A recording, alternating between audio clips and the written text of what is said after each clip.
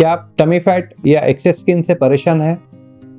मैं doctor Sanket Ekhande, aesthetic plastic surgeon practising in Vashi, Navi Mumbai. आज हम बात करेंगे टमी टक के बारे में।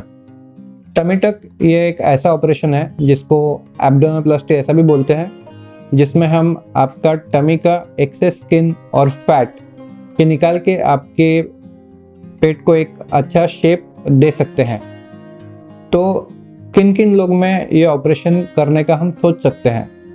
जनरली जो लेडीज़ मिडल एज्ड लेडीज़ हैं जिनकी प्रेगनेंसीज कंप्लीट हो गई है, फैमिली कंप्लीट हो गई है और प्रेगनेंसी के बाद लूज स्किन पेट में आ गया है और काफ़ी सारा फैट भी है, and they are trying to lose their weight, regain their pre pregnancy shape by diet, exercise, and even after that they are not getting their proper desired shape. तब हम लोग टमी टक का option उनको दे सकते हैं। Then there are other ladies who are ageing, age के साथ स्किन थोड़ा सा लैक्स होते जाता है। Otherwise some females who never had pregnancy but even then आपका टमी का जो स्किन है वो सैग हो रहा है and there is excess fat accumulation, may be due to ageing changes also.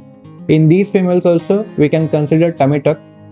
Tummy tuck या एब्डोमिनोप्लास्टी में देयर आर मल्टीपल टाइप्स। एक मिनी टक होता है जहाँ पे अगर बहुत ज़्यादा एक्सेस स्किन नहीं है या बहुत फैट नहीं है तो अम्बिलिकस के नीचे का एक छोटा एरिया, जैसे आप इमेज में देख सकते हैं, उस तरह से एक small ellipse of skin below the umbilical area हम लोग सर्जिकली एक्सरसाइज कर देते हैं और वहाँ पे एक स्टिच लाइन आता है। ये जो स्टिच लाइन होता है ये well hidden in the under garment हो जाता है।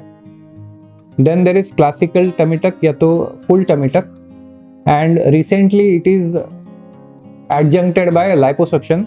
It is called as lipoabdominoplasty और Saldanha's technique। उसमें टमी टक चालू करने के पहले जो भी आपके प्री ऑपरेटिव मार्किंग्स होते हैं वो सब करने के बाद आपका लाइपोसक्शन, जो लाइपोसक्शन का टेक्निक हमने प्रीवियस वीडियो में एक्सप्लेन किया है, उस तरीके से इन्फिल्ट्रेशन और लाइपोसक्शन करने के बाद पूरा स्किन लूज हो जाता है, which is divide of most of the fat, और जो एक्सेस स्किन होता है उसको नीचे टेलर टक करके कट किया जाता है। इसमें जो अम्बिलिकस होता है, अम्बिलिकस को हम ट्रांसपोजिशन करते हैं, मतलब अम्बिलिकस का जो प्रीवियस लोकेशन है वो रीलोकेट होकर एक आइडियल लोकेशन में जाता है, जैसे आप इमेज में देख सकते हैं। और नीचे जो स्कार लाइन आता है वो एक सिंगल सीम लाइन आता है। Again this is well hidden in the undergarment area. So this is called as a lipoabdominoplasty. मेरे प्रैक्टिस में कॉमनली डन ऑपरेशन ये लाइपोएब्डोमिनोप्लास्टी है along with liposuction. Tummy tuck operation consider करने के लिए बाकी की प्लास्टिक सर्जरीज की तरह इसमें भी आपको फिजिकल फिटनेस होना ज़रूरी है और एनेस्थीसिया के लिए भी फिटनेस मिलना ज़रूरी है, जिसमें आपके ब्लड इन्वेस्टिगेशंस या का पल्मोनरी कैपेसिटी वो सब आपको फिजिशियन के पास जाके फिटनेस लेना ज़रूरी है।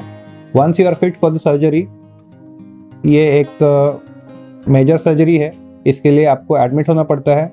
आपको सर्जरी के दिन पे मॉर्निंग में एनेस्थीसिया एडमिनिस्टर किया जाता है और उसके बाद सर्जरी चालू की जाती है, जिसमें मैंने जैसे बताया आपका लोअर एब्डोमेन से लाइपोसक्शन की पोर्ट लेके लाइपोसक्शन किया जाता है और बाद में एक्सेस स्किन निकाल के स्टिच लिया जाता है। सर्जरी के तुरंत बाद जहाँ से स्टिच लिया गया है, समटाइम्स हम 2 ट्यूब्स स्किन के नीचे छोड़ देते हैं, जिससे खराब खून या कुछ पानी या जो भी इन्फिल्ट्रेशन का फ्लूइड था वो बाहर आने के लिए हम लोग एक आउटलेट देते हैं, जो एक स्मॉल से ड्रेन बैग में या डब्बे में कलेक्ट होते रहते हैं, जो कि 24 to 48 आवर्स के बाद हम निकाल देते हैं। और ऑपरेशन के तुरंत बाद एक प्रेशर गारमेंट पेशेंट को पहनाया जाता है, जो प्रेशर गारमेंट ऑलमोस्ट 1 मंथ तक आपको ऑपरेशन के बाद यूज़ करना है। तो इनिशियली वंस आप एनेस्थीसिया से बाहर आते हो, you are shifted to the room. वहाँ पे आपको बीच चेयर पोजीशन, यानी कि पेट पे ज़्यादा स्ट्रेच नहीं आना चाहिए, इस तरीके से आपको बीच चेयर पोजीशन में रेस्ट लेना होता है। और ग्रेजुअली आपको फिर 1-2 दिन में आपको वॉकिंग और ये सब चीज़ें ग्रेजुअली स्टार्ट करने को बोला जाता है और आपको 1-2 दिन में डिस्चार्ज हम कर देते हैं। और उसके बाद आपको वीकली फॉलोअप्स करने होते हैं, जिसमें हम आपको बाकी की जानकारी देते रहते हैं। इस सर्जरी में इस्तेमाल किए जाने वाले ऑलमोस्ट सब स्टिचेस एक डिसॉल्वेबल स्टिच रहते हैं। इसके लिए ऑपरेशन के बाद स्टिच रिमूवल का ज़रूरत नहीं होता है। Only important thing is that you should be using the pressure garment correctly and continuously except when you are taking bath. Operation के 2 या 3 दिन के बाद जब सुचर लाइन काफ़ी सारा ड्राई हो जाता है, हम लोग शावर लेना अलाउ कर देते हैं। हेवी वेट लिफ्टिंग या कोई भी नीचे झुक के वजन उठाने वाली जो चीज़ें हैं, वो घर के अंदर के काम की चीज़ें हम अलाउ नहीं करते हैं। आपको 1 हफ्ते के बाद ग्रेजुअली थोड़ा सा वेट उठाने का आप एफर्ट ले सकते हैं। टमी टक ऑपरेशन के बाद जो रिजल्ट्स पेशेंट को मिलते हैं वो बहुत ही ड्रामेटिक होते हैं और लाइफ चेंजिंग होते हैं, जो कि पेशेंट को बहुत कॉन्फिडेंट फील कराते हैं। पेशेंट को अपने प्री प्रेगनेंसी स्टेट में जाने का एहसास मिलता है।